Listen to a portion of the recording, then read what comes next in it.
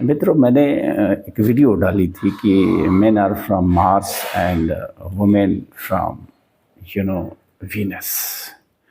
और मैंने ये कहने की कोशिश करी थी कि स्त्री और पुरुष के जो बेसिक स्वभाव है, आई मीन टू से, उसमें ज़मीन आसमान का अंतर है। उतना अंतर है जितना कि ज़मीन और आसमान में है, सिक्के के दो पहलुओं में है। यानी एक अगर उत्तर दिशा है तो दूसरा दक्षिण दिशा है। दोनों दो ग्रह के प्राणियों की तरह हैं, एकदम एक दूसरे के सोच से, यानी जो उसका थॉट प्रोसेस है उससे एकदम जुदा जुदा, अलहदा। और मैंने उस वीडियो में यही कहने की कोशिश करी थी कि men are from Mars and women from Venus का मतलब, अगर दो ग्रह के प्राणियों में जितना अंतर हो सकता है उतना अंतर है दोनों में। और अगर एक सामंजस्य पूर्ण जीवन स्त्री और पुरुष एक साथ बिताना चाहते हैं तो उनको एक दूसरे की इस लैंग्वेज को समझना पड़ेगा। मीन्स उनके इंटायरली जो थॉट प्रोसेस है उसे समझना पड़ेगा।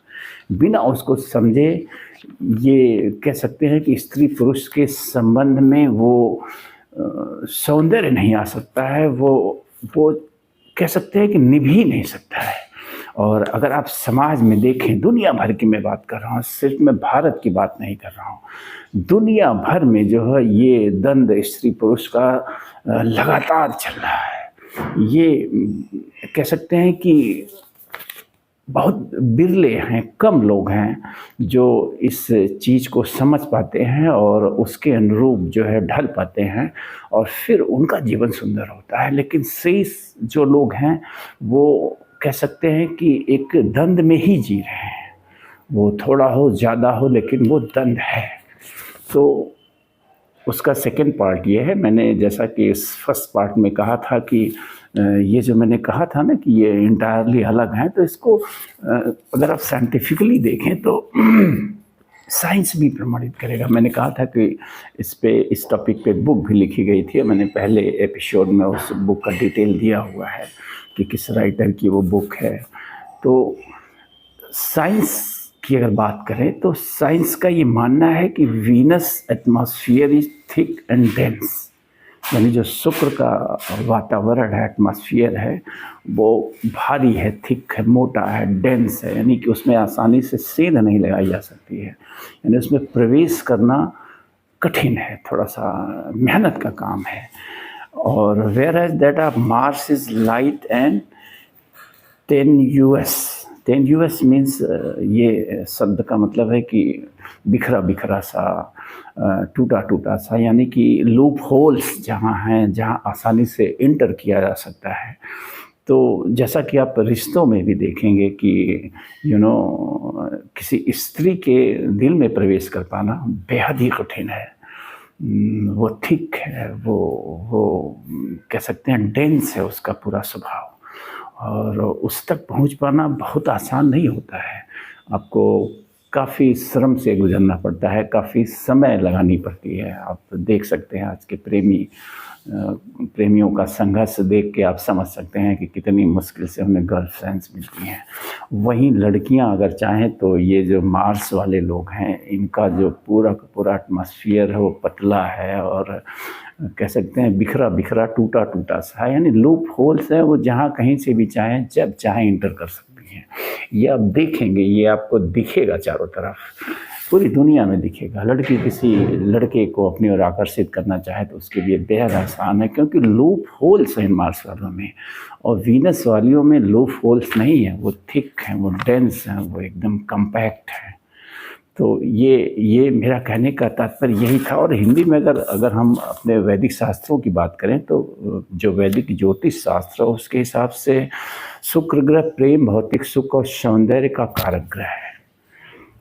प्रेम, भौतिक सुख और सौंदर्य का कारक है। वहीं मंगल ग्रह जो है साहस, पराक्रम का कारक है। ये भी आप देख सकते हैं कि ये भी सही है। स्त्री प्रेम और सौंदर्य का प्रतीक होती है। नारी तुम केवल श्रद्धा हो, विश्वास रजत नग पग तल में, और पीयूष स्रोत सी बहा करो जीवन के सुंदर संतन में। ये जयशंकर प्रसाद ने के कामायनी की कुछ पंक्तियाँ हैं। तो मेरा कहने का तात्पर्य है कि ये दोनों जो स्त्री पुरुष जो प्रकृति ने बनाया है, ये दोनों बेहद ही अलहदा, जुदा-जुदा और अलग-अलग स्वभाव के हैं। और अगर ये स्वभाव नहीं मिलेगा तो फिर संघर्ष होना स्वाभाविक है। इसीलिए मैं कह रहा हूँ कि दोनों को आवश्यकता है कि एक दूसरे के इस लैंग्वेज को समझें। जो लैंग्वेज मार्स वाले लेके आए हैं उसको वीनस वालियाँ समझें, जो लैंग्वेज वीनस वालियों की है उसे मार्स वाले समझें। अगर नहीं समझेंगे तो किसी भी हाल में जो है ये रिश्ते नहीं निभ सकते, जिसका प्रमाण चारों तरफ आपको दिखेगा। हर पति पत्नी में, हर प्रेमी प्रेमिका में संघर्ष ही है असल में। बस एक दिखावा है कि हम बड़े अच्छे से जीवन व्यतीत कर रहे हैं, लेकिन मैं तो कहूँगा कि ये सबसे बड़ी मानसिक परेशानी का सबब बना हुआ है पूरी दुनिया के लिए। स्त्री पुरुष जब विवाह में जाते हैं उसके बाद जो है संघर्ष ही दिखता है। बहुतायत रिश्तों में संघर्ष ही दिखता है। कुछ एक हैं जो शायद इस चीज़ को समझ पाते हैं समय से कि और उनकी भाषा को समझ पाते हैं, अडॉप्ट कर पाते हैं, फिर जो है उनका जीवन थोड़ा बेहतर होता है। तो मेरा कहने का कुल मिला के इस वीडियो का तात्पर्य यही है कि हमें उस भाषा को समझना ही पड़ेगा अगर हम रिश्ता निभाना चाहते हैं। या फिर कभी कभी ये होता है कि दोनों में से कोई एक तो है जो भाषा को समझ रहा है लेकिन दूसरा नहीं समझ रहा है, वहाँ भी स्थितियाँ विस्फोटक हैं। अगर दोनों नहीं समझ रहे हैं तो वहाँ स्थितियाँ अत्यंत विस्फोटक हैं।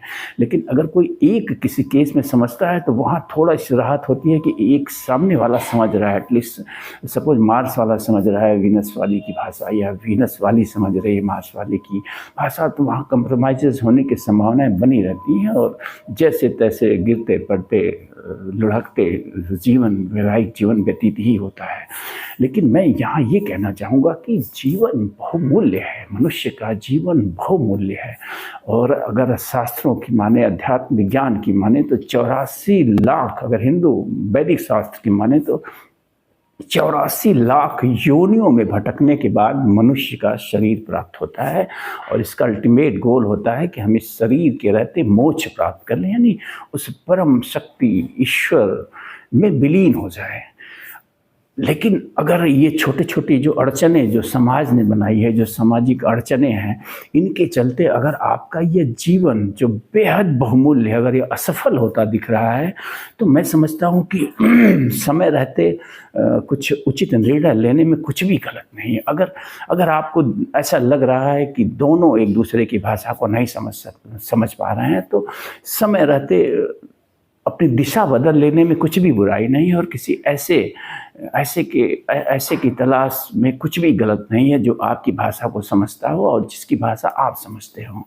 तो कुल मिला के इस वीडियो का मेरे मकसद यही है कि ये जीवन बहुत ही बहुमूल्य है। ये घुट घुट के पिट के जीने के लिए नहीं है, ये रिश्ते निभाने के लिए नहीं बना है, ये ईश्वर को पाने के लिए बना है, ये मोक्ष प्राप्त करने के लिए बना है, ये सत्य के संधान के लिए बना है कि हम इस जीवन में, मनुष्य जीवन में जो 84 लाख योनियों के बाद मिला है, इस जीवन को हम सफल बनाएं और मोक्ष की प्राप्ति करें और इस जीवन मरण के चक्र से मुक्त हो सकें।